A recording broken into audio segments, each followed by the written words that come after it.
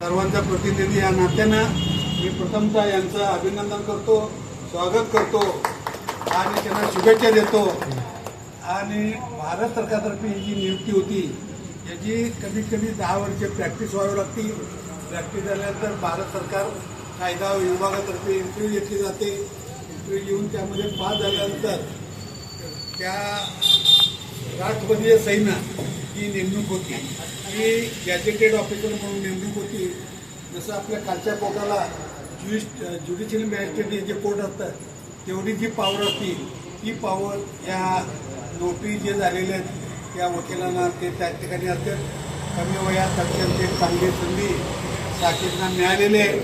तुमच्या सर्वांचा आशीर्वाद, आमचाही आमचं सहकार्य त्यांच्या पाठीशी सदैव राहील।